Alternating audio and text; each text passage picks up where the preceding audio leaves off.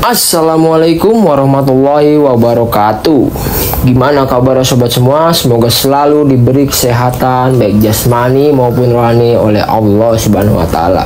Di kisah kali ini gue mau menceritakan judul bersebut Ritual Pesugihan Sate Gagak di Makam Massal Korban Kerusuhan. Kalian penasaran sama ceritanya? Langsung aja, nggak usah lama-lama, kita ke teror. 30 menit menuju pukul 12 malam, kami berlima harap-harap cemas. Sejak maghrib, kami memang berkumpul di sini, di komplek kuburan massal korban peristiwa berdarah belasan tahun silam. Semakin malam, udara semakin dingin.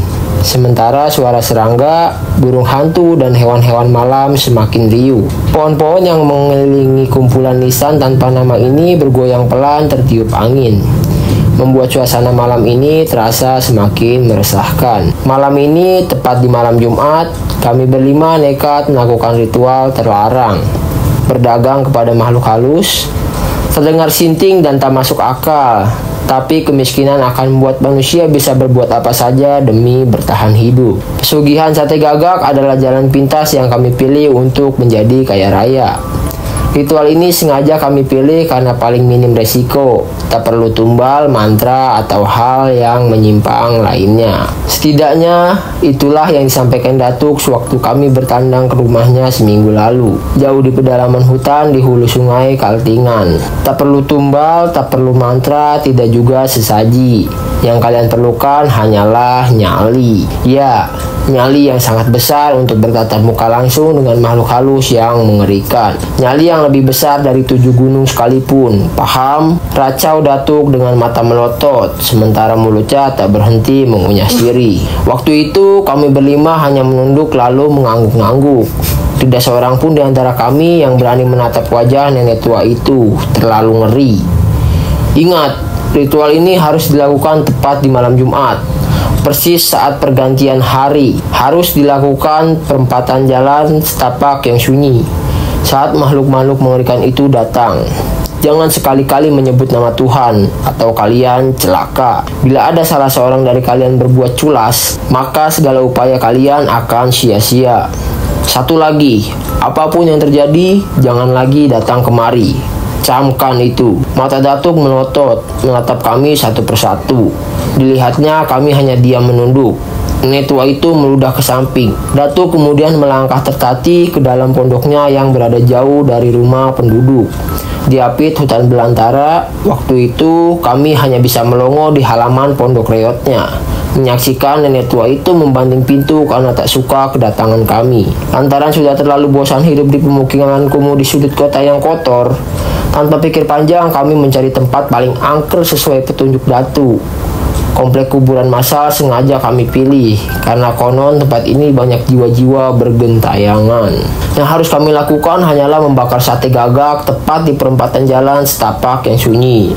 Sesudah itu, tinggal menunggu satu persatu bangsa jin berdatangan menawarkan uang, emas, atau permata untuk ditukar dengan sate gagak kami. Meskipun setengah percaya setengah tidak, terkutuknya kemiskinan membuat kami rela melakukan apa saja demi uang. Don, bagaimana? Pertanyaan Andri memboyarkan lamunanku. Ia tampak cemas, matanya selalu mengawasi semak belukar di sekeliling kami. Tangannya gemetar memegang senter dan wajahnya berkeringat meski malam sangat dingin. Deru nafasnya bahkan terdengar jelas karena sangat gugup. Bosan diteror penagih hutang, Andri lah yang mengusulkan untuk mencari dukun agar kami bisa melakukan pesugihan. Sehari-hari Andri dan aku tidak jauh berbeda. Sama-sama pengangguran, sama-sama pencuri kelas 3. Don, bagaimana? Buru Andri cemas. Baiklah, kita mulai. Balasku seraya menarik napas panjang. Aku menoleh pada Hendra yang telah siap dengan tungku arang. Bapak-bapak berperut buncit itu segera menuangkan minyak tanah pada tungku, lantas memantik korek gas dan perlahan mulai mengipas. Hendra baru saja dipecat 3 minggu lalu sebagai supir karena ketahuan mengintip anak majikannya yang masih SMP.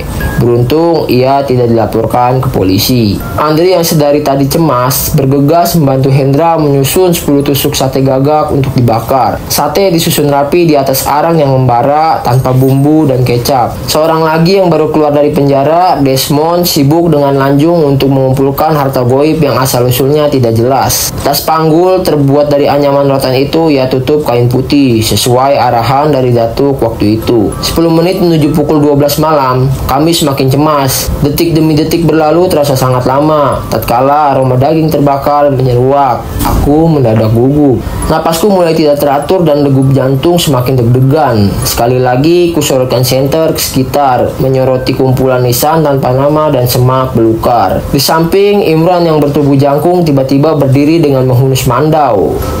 Imran, buang mandaumu. Ingat, kata Datu tidak boleh ada senjata. Hardiku sedikit emosi. Namun Imran bergeming, matanya nyalang menatap lurus ke semak belukar yang jauh di ujung kuburan. Samar-samar terkena cahaya handlampnya yang memudar. Entah sejak kapan ia diam-diam membawa parang, membuat nyawa kami dalam bahaya. Imran tak menggubris. Tukang parkir liar yang kerap berkelahi ini hanya mematung, seperti kehilangan kesadaran. Beberapa kali kupanggil, ia tak merespon, hanya gumaman tak jelas yang terdengar dari mulutnya. Dibantu Desmond, aku berusaha menyadarkan Imran yang bertingkah aneh, sedangkan Andri dan Hendra yang sibuk membakar sate terlihat tegang. Kami semakin panik karena suara-suara tanpa wujud mulai terdengar di mana-mana sementara Imran semakin erat memegang mandau. Desmond, rebut mandaunya, teriakku sambil mendekat Imran dari belakang. Imran mengeram bak anjing dengan mata melotot sempurna. Tubuhnya sangat keras sebagai batang kayu ulin, kaku seperti besi. Desmond berjibaku merebut mandau, dibantu Andri yang mulai kelelahan. Hendra yang sibuk mengipas sate semakin was-was karena pergantian hari tinggal 5 menit lagi. Di kiri dan kanan, pucuk-pucuk pohon mulai bergoyang ditiup angin malam yang tiba-tiba berembus kencang. Sekuat tenaga, aku memiting lengan Imran yang memegang mandau, tapi sia-sia. Coba aku angkat, tubuhnya terlalu berat. Cepat Don, cepat, sebentar lagi jam 12 malam, seru Hendra panik. Tak hilang akal, bagai orang kesurupan, Desmond menggigit lengan Hendra sangat kuat. Bahkan gusinya mulai berdarah, tetap tak ada hasil. Andri memukul-mukul kepala Imron, tapi lelaki itu bergeming. Pukulan demi pukulan yang mendarat di kepala Imron seolah tak berasa. Hendra menerjang, kami semua terjungkal, kami ambruk sana kemari, hempas membentur tanah. Kerusakan sakit luar biasa di kepala bagian belakang, sedangkan ulu hati terasa sesak di tindih tubuh Imron yang berat. Aku sedikit lega, Desmond telah berhasil merebut mandau dan melemparnya begitu saja, tak tahu kemana. Andri bergerak cepat, membantu menyingkirkan Imron yang tergeletak di atas tubuhku. Ku dorong sepenuh tenaga, Imran terjatuh di samping. Imran merintih, matanya melotot dan mulutnya bergumam. Sepertinya ia sudah sadar, merangkak di atas tanah dan merakau tidak jelas. Kita harus pergi dari sini, kita harus hentikan ritual laknat ini, Doni, sebelum terlambat. Aku tidak menggubris selacauan Imran. Aku bangkit berdiri secepat mungkin karena waktu kami semakin sempit. Doni, 1 menit lagi, decak Hendra dengan wajah tegang. Nyalakan rokok kalian, perintahku sambil meraih sate dari tangan Hendra. Sedetik kemudian, 4 batang rokok telah menyala. Tanpa cahaya senter, hanya mengandalkan cahaya dari bara rokok. Kami semua menanti pukul 12 malam dengan tegang. Imron terduduk lemas, belum menyalakan rokok. Andri, urus Imran, ucapku tegas. Tanpa banyak kata, Andri menyalakan rokok dan memaksa Imran menghisapnya. Imran, hisaplah atau kau celaka, desak Andri. Tanpa semangat, Imran menyesap rokok itu pelan. Di sampingnya, Andri siaga, takut Imran kenapa-napa. Tepat pukul 12 malam, kuacungan sate tinggi-tinggi di udara. Sejauh mata memandang hanya ada kegelapan, kecuali cahaya bara rokok dan kumpulan nisan yang samar diterpa cahaya bulan. Wahai makhluk yang bersembunyi di kegelapan, kutawarkan sate gagak ini kepada kalian. Siapa yang bisa membeli seharga 10 juta, ambillah, teriakku lantang. Suara menggema di kesunyian malam bersautan dengan berisiknya suara jangkrik dan hewan malam. Meski malam sangat dingin, peluh mulai membasahi wajahku. Kurasakan tangan yang memegang sate gemeteran. Lewat 20 detik, kami semua menahan napas, menunggu kedatangan beragam makhluk halus dengan sangat was-was. Semua orang menjadi tegang, tidak ada yang berani bergerak. Salah sedikit, kami akan celaka. Hening. Semua orang mendadak gugup, menarik napas pelan mungkin. Namun setelah 5 menit berlalu, tidak ada apapun yang terjadi. Komplek kuburan massal ini tetap sunyi, kecuali deru napas kami dan suara-suara binatang malam. Kami saling lirik antara takut dan cemas. Takut kalau ternyata kami dibohongi si datuk, tapi cemas kalau ternyata makhluk-makhluk mengerikan itu benar-benar datang. Aku berteriak sekali lagi, kali ini lebih kencang dari sebelumnya. Akan tetapi, lagi-lagi hanya ada kesunyian. Setelah 30 menit, kami pun putus asa dan berniat menyudahi ritual bodoh ini. Senter pun kembali dinyalakan dan perempatan jalan setapak ini kembali terang benderang. Imran sepertinya yang paling bersemangat untuk segera pulang. "Doni, tunggu! Kau dengar?" Aku dan 4 orang lainnya otomatis memajamkan kuping. Sayup-sayup terdengar suara lolongan anjing dari kejauhan. Semakin lama suara lolongan terdengar semakin dekat. "Matikan senter, nyalakan rokok," perintahku. Kuburan massal kembali gelap gulita. Hanya ada 5 titik cahaya bara rokok dan sinar bulan. Lolongan anjing telah lenyap, berganti dengan geraman-geraman kecil yang menciutkan nyali. "Tenang, jangan ada yang lari bila ingin selamat. Setelah ini kemiskinan kita akan berakhir." Aku berusaha menenangkan yang lain, meski sebenarnya aku pun gugup dan ingin lari secepatnya. Untung saja keadaan sangat gelap, jadi mereka tidak melihat kakiku yang gemeteran. Setelah menarik napas dalam-dalam, kuangkat lagi setusuk sate tinggi-tinggi di udara. 10 juta, yang berminat 10 juta. Teriakanku kembali menggema di malam yang sunyi. Selang beberapa detik, terdengar gonggongan anjing yang entah ada di mana. "Astagfirullah," jerik Hendra kaget. "Hendra, jaga mulutmu," hardik Andri dengan nada tinggi. Aku tidak bisa melihat seperti apa ekspresi ketakutan Hendra. Yang jelas, dia baru saja melakukan kesalahan yang cukup fatal. Namun, aku tidak banyak waktu untuk memikirkan itu semua. Apalagi sate yang kupegang tiba-tiba bergerak-gerak, seolah ada yang menarik. Aku memekik tertahan. Kurasakan perih di telapak tangan. Sate yang kupegang direbut paksa dan menghilang begitu saja. Gonggongan anjing kembali terdengar, sedangkan tas lanjung yang dipegang Desmond berbunyi seperti ada yang jatuh di dalamnya. Desmond menyalakan korek gas, lantas perlahan-lahan menyingkap kain putih penutup tas lanjung. Kami menanti dengan resah, entah apa yang ia lihat. Wajah Desmond yang tadi tegang kini mengembangkan senyum lebar. Ia mendongak, menatap kami satu persatu dengan mata berbinar. Duit, kita kaya." Mendengar perkataan Desmond, kami semua sumringah, kecuali Imran. Ia masih tampak cemas. Bergantian tanpa menghiraukan Imran, satu persatu kami mengintip isi tas rotan itu. Ternyata isinya memang benar duit. Imran yang dari tadi gelisah, kini penasaran.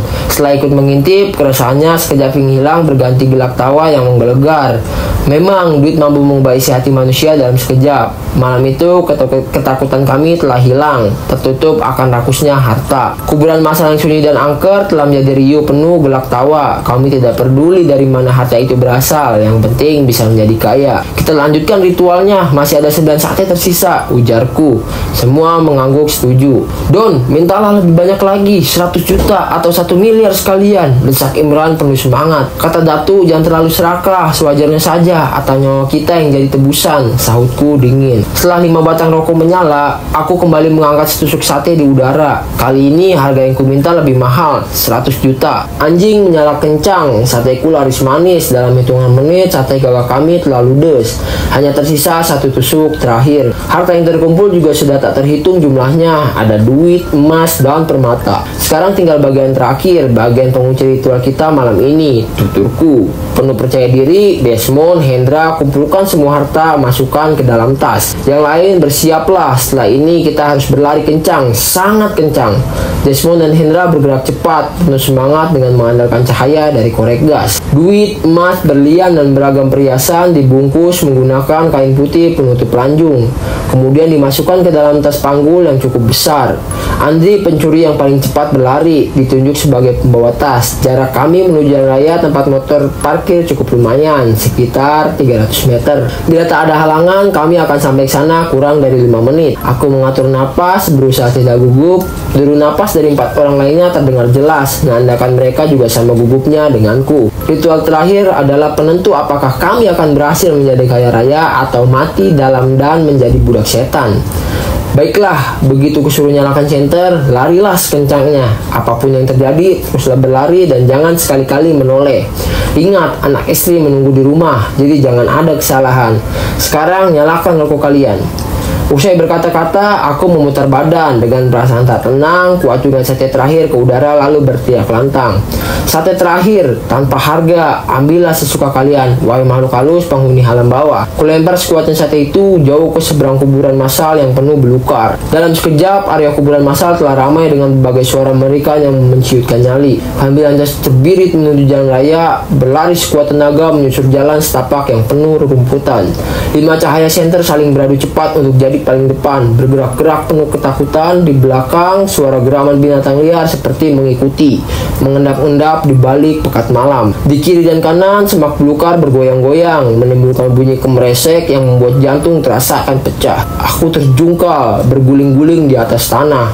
Kurasakan perih di pelipis, bibir pecah, dan tangan tergores. Aku merangkak meraih senter yang terpental beberapa meter di samping. Beberapa jarak di belakang, terdengar suara langkah kaki bergerak cepat dengan suara geraman yang mengerikan. Seketika aku merinding. Aku tahu ada yang tidak beres di belakang. Aku merangkak semakin cepat hingga senter berhasil kurai. Belum berhasil aku berdiri, kurasakan ada sesuatu yang mendorong punggungku sangat kuat. Aku kembali hempas, tertelungkup di atas tanah. Aku merintih menahan sakit, sementara cahaya senter di depan semakin jauh. Celaka, mereka hendak meninggalkanku. Tapak kaki raksasa yang menekan punggungku terasa semakin berat, sementara dadaku semakin sesak. Entah makhluk apa itu, yang jelas ia mulai meraung-raung penuh amarah. Sesuatu berusaha menarik tanganku, tapi tertahan.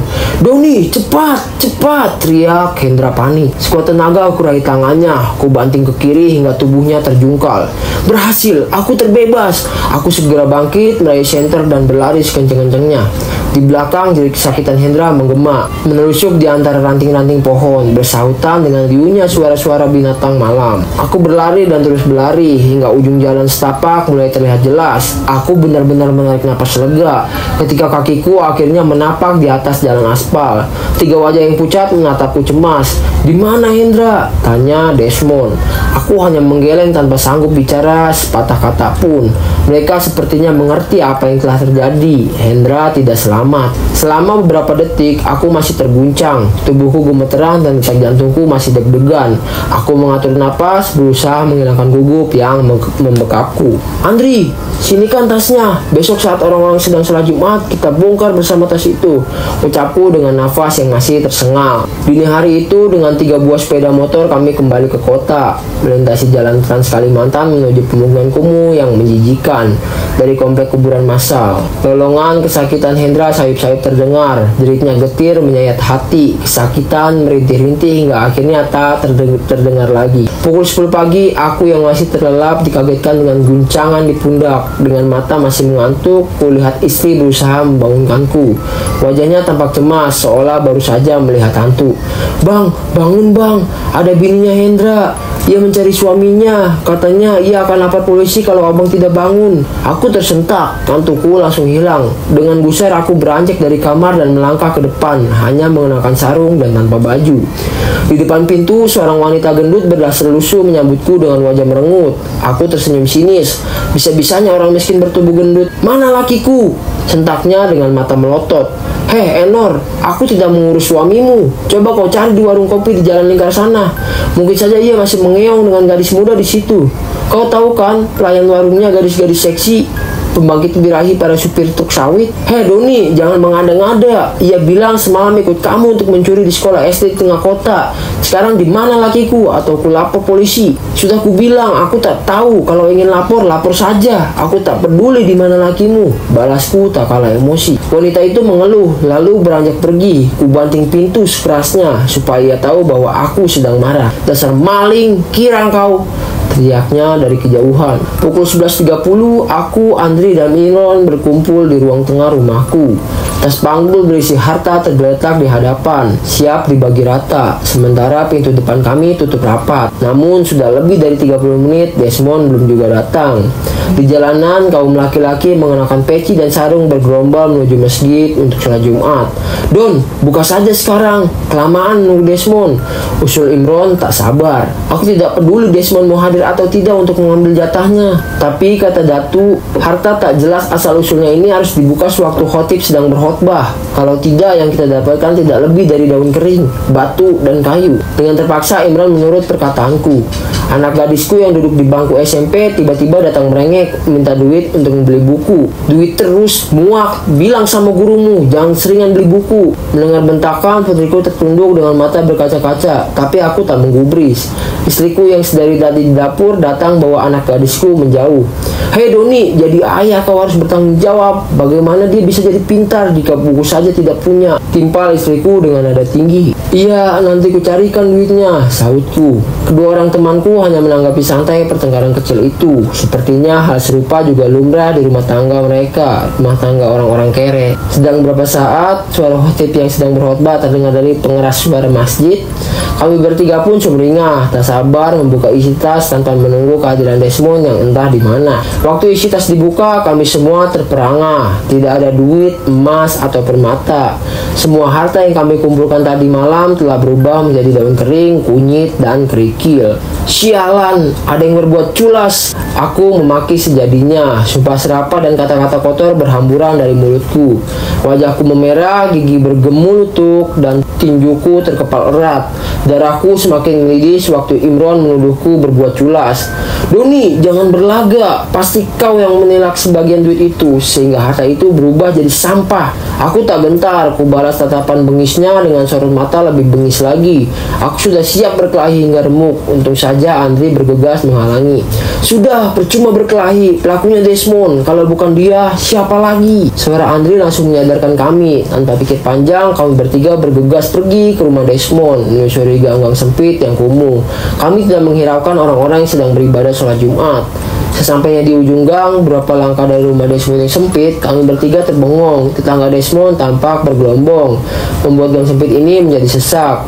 Istrinya Desmond menangis meraung-raung. Tak peduli dasar kusamnya tersingkap dan jadi tontonan warga. Ia meratapi rombongan TNI yang tengah menggotong kantung berwarna orange, kantung mayat. Beberapa petugas polsek memasang garis polisi. Beberapa petugas lainnya sibuk mengurusi warga yang terus bergerombol. Dari selentingan yang kudengar, Desmond menyerang petugas dengan parang saat hendak ditangkap. Wajahnya terpampang jelas di rekaman CCTV saat menjabret seorang wanita parubaya beberapa hari lalu. Tidak perlu waktu lama, residivis seperti Desmond sangatlah mudah dicari polisi. Segera aku tarik tangan Andri dan Imron. Menjauh dari tempat itu, kami bertiga hanya bisa membisu, melangkah menjauh dan tenggelam dalam pikiran masing-masing. Sungguh malang nasib kami, dua nyawa melayang sia-sia, harta lenyap entah kemana. Setelah kematian Hendra dan Desmond, 3 malam aku tidur tak nyenyak. Aku selalu mimpi buruk, didatangi Hendra yang bersimbah darah. 3 malam berikutnya lebih mengerikan lagi. Hendra benar-benar hadir setiap dini hari. Awalnya ia hanya berdiri di sudut kamar, menatapku dengan wajah penuh darah dan sorot mata penuh dendam. Tubuhku kaku, tak bisa bergerak, kesulitan bernapas hingga azan subuh berkumandang. Yang terakhir kali lebih menakutkan lagi, Hendra mencekik leherku, membuatku menjerit dan membangunkan sisi rumah. Keesokan pagi, Imran dan Andri datang bertamu. Wajah mereka kusut dan kantung mata menebal. Rupanya mereka juga mengalami kejadian yang sama denganku. Sudah 3 hari ini aku tak bisa tidur. Aku selalu mimpi buruk didatangi Hendra. Aku ketindihan. Hendra berdiri di pinggir ranjang. Ia hanya diam mematung menatapku dengan sorot mata tajam. Wajahnya seram, dingin, dan pucat. Kalau hanya ketindihan biasa, aku tak akan khawatir. Tapi lihat ini, Hendra hendak membunuhku. Andri lantas menyingkap baju kaosnya lalu terpampang luka lecet dengan darah mengering di perut. Bentuknya berlubang-lubang melingkar seperti bekas gigitan. Kulirik Andri begitu khawatir. Bagaimana dengan kamu? Aku menoleh Imran. Ia menarik napas dalam-dalamnya. Setelah napasnya teratur, ia juga menyingkap baju. Luka bekas gigitan juga terlihat jelas di perutnya yang kurus. Sialan, sebentar lagi giliranku. Selanjutnya bisa saja Hendra akan menggigit leher dan membuat kerongkonganku robek, desahku risau. Terus bagaimana? Sepertinya kita harus melapor ke polisi dan menunjukkan mayatnya di kuburan massal sana, usul Andri. Bodoh, kau ingin kita ditangkap? Polisi tak akan percaya bahwa ia tewas diterkam hantu. Pasti kita yang dituduh membunuhnya, bentakku penuh emosi. Lalu apa solusinya? Aku tak mau mati konyol di hantu. Lalu apa solusinya? Aku tak mau mati konyol dibunuh hantu, desak Imron. Tak ada pilihan, kita harus mendatangi Datuk sekali lagi. Kedua orang di hadapanku ini langsung mengangguk setuju meski terlihat ragu. Dengan mobil sewaan tentu saja berhutang, kami bertiga bergegas menuju rumah Datu yang ada di pedalaman sungai Katingan.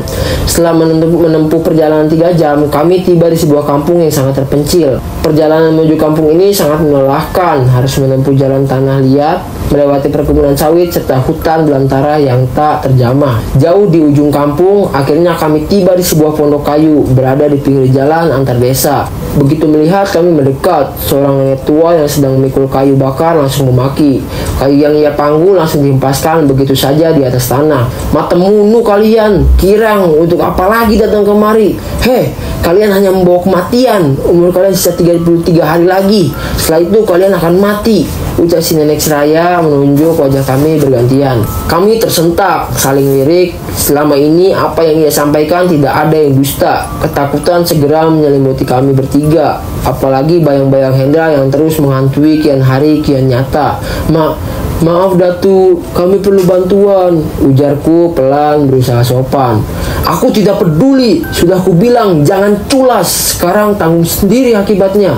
Datu melangkah membanding pintu pondoknya dengan sangat keras. Untuk sesaat kami terdiam, kehilangan kata-kata. Namun aku tak menyerah, berbagai upaya kulakukan untuk merayu. Mungkin karena iba atau muak, Datu akhirnya keluar dari pondok. Baiklah, akan kubantu kalian sebisaku nanti malam. Kalian harus menjalani ritual papandui. Kalian akan kumandikan dengan air mengalir. Tapi ada satu persoalan. Apa itu Datu? Guruku tak sabar. Hanya satu di antara kalian yang akan selamat. Kami bertiga lagi-lagi terdiam. Mulut kami terkunci antara percaya atau tidak. Baiklah Datu, akan kami coba, balasku pelan. Andri dan Imran tampak tak setuju, tapi juga tak bisa mengelak. Setelah kuyakinkan bahwa kami akan baik-baik saja, mereka terpaksa menurut. Bagaimanapun juga kami tidak ada pilihan. Tepat pukul 12 malam, kami bertiga telah duduk di tengah sungai yang dingin. Hanya mengenakan celana dalam, air yang mengalir menerjang dada terasa membekukan tulang. Datuk memulai ritualnya, melantunkan mantra-mantra menggunakan bahasa Dayak. Suasana mistis langsung terasa ketika wangi kayu gaharu bakar menyeruak. Lantunan demi lantunan mantra dari mulut Datu terdengar menghanyutkan. Pohon-pohon mulai bergoyang, seolah arwah-arwah mulai berdatangan. Kulirik, Andri dan Imron mulai menggigil. Mereka menggigit bibir, menahan dinginnya air sungai. Datuk lantas menyembelih seekor ayam berbulu putih merah. Darahnya kemudian ia oleskan ke dahi kami. Aku yang baru pertama kali menyaksikan ritual aneh ini hanya diam, tidak berani membantah. Aku mulai gemeteran ketika samar-samar kulihat Hendra tengah berjongkok di atas sebuah batu besar. Tidak jauh dari tempat ritual, dengan mata bolong sempurna, Hendra menatapku penuh amarah. Hendra yang bersimbah darah lantas melompat, lalu berjalan di tengah sungai mendekat ke arahku. Aku hendak lari, tapi Datuk mencengkram erat lenganku. Sembari terus melanjutkan doa, Datuk melempar ayam tadi ke tengah sungai. Setelah menabur beras kuning dan menghanyutkan tuak baram, Datuk kemudian menutup masing-masing kepala kami dengan selembar kain putih. Samar-samar kulihat Hendra sudah berdiri di hadapanku. Aku tersentak ketika Datuk tiba-tiba mendorong kepalaku ke dalam air. Aku gelagapan, tapi tenaga nenek ini lebih kuat dari yang kukira. Nafasku semakin sesak karena air mulai masuk ke dalam paru-paru. Telingaku mulai berdenging dan hidung mulai mengeluarkan darah. Semakin aku berontak, semakin tubuhku tak bisa bergerak. Perlahan tubuhku mulai mati rasa, detak jantungku kini melemah. Pandanganku semakin kabur dan dada terasa sesak akibat terlalu banyak menelan air. Namun, aku tak mau mati begitu saja. Di dasar sungai, tanganku gelagapan mencari batu. Setelah ketemu, ku dorong tubuhku sekuat tenaga. Aku menarik nafas lega, kepalaku telah ada di atas permukaan. Kuhirup udara sebanyak-banyaknya, memompa oksigen ke paru-paru. Aku belum mati, batinku. Kulihat Andri dan Imran sedang gelagapan mempertahankan hidup. Kepala mereka berada di dalam air, tertutup kain putih. Sedangkan Datuk, kulihat ia hanya duduk di pinggir sungai, mengawasi sembari menghisap rokok lintingan. Di sampingnya, Hendra menatapku dengan raut wajah dingin. Tanpa pikir panjang, batu di tangan kuhempas berkali-kali ke kepala Imron tanpa ampun. Tukang parkir liar itu menggelepar beberapa saat, lantas diam tak bergerak. Tubuh kakunya hanyut terbawa sungai, seiring darah yang mengalir deras. Seketika Andri menyeruak, kaget melihatku memegang batu penuh darah. Ia terpanjat melihat Imron telah menjadi mayat. kau, bajingan kau Doni, pekik Andri tak percaya. Aku tak mau membuang kesempatan, hanya boleh satu orang yang boleh keluar hidup-hidup dari hutan ini. Dengan beringas, hujamkan bongkahan batu ke jidatnya. Tanpa kuduga ia berhasil menepis hingga batu di genggamanku terlempar. Namun ia kalah gesit. Aku terlebih dahulu berhasil membekap kepalanya dengan kain putih penutup kepalanya. Tanpa ampun ku benamkan kepalanya ke dalam sungai. Ia berontak, mencoba melepas cengkramanku. Ku injak lehernya hingga ia lemas. Perlahan gerakan tubuhnya kian melemah. Kurang dari 5 detik ia akhirnya meregang nyawa. Sesaat aku terdiam, tubuhku gemetar dan napasku memburu. Pikiranku hampa dan tatapan kosong. Aku bahkan tak menyangka bisa menjadi sebuas ini. Aku melangkah ke pinggir sungai menuju Datu yang hanya diam tanpa ekspresi. Hendra yang tadi berdiri di sampingnya sepertinya telah menghilang. Pergilah dan jangan pernah lagi menemuiku. Datu lantas beranjak pergi, melangkah dalam gelap malam tanpa penerangan. Sewaktu hendak mengembalikan mobil rental, serombongan polisi tiba-tiba menyergapku. Aku tak berkutik karena moncong pistol tepat mengarah ke arah jidat. Mereka bilang aku telah membunuh Hendra. Jasadnya ditemukan di kuburan massal dalam kondisi penuh luka. Aku hanya bisa pasrah ketika digelandang ke dalam mobil reserse dengan tangan terborgol. Mobil reserse melaju kencang menyusuri ruas jalan kota menuju kantor polsek. Di pinggir jalan, kulihat istri dan anakku tengah masuk ke dalam toko buku, membeli buku pelajaran. Tanpa terasa air mataku mengalir meratapi betapa getirnya hidup. Oke teman-teman, segitu aja kisah cerita dari ritual pesugihan sate gagak di makam massal korban kerusuhan. Hikmah yang bisa kita ambil, tidak ada yang namanya mendapatkan uang itu instan. Kalau kita ingin mendapatkan uang, kita harus bekerja keras. Oke teman-teman, sekian video dari gua. Buat yang kalian yang suka silahkan like, buat kalian yang gak suka silahkan dislike, dan buat kalian yang suka banget silahkan subscribe di bawah. Gua Panji Pandep, salam.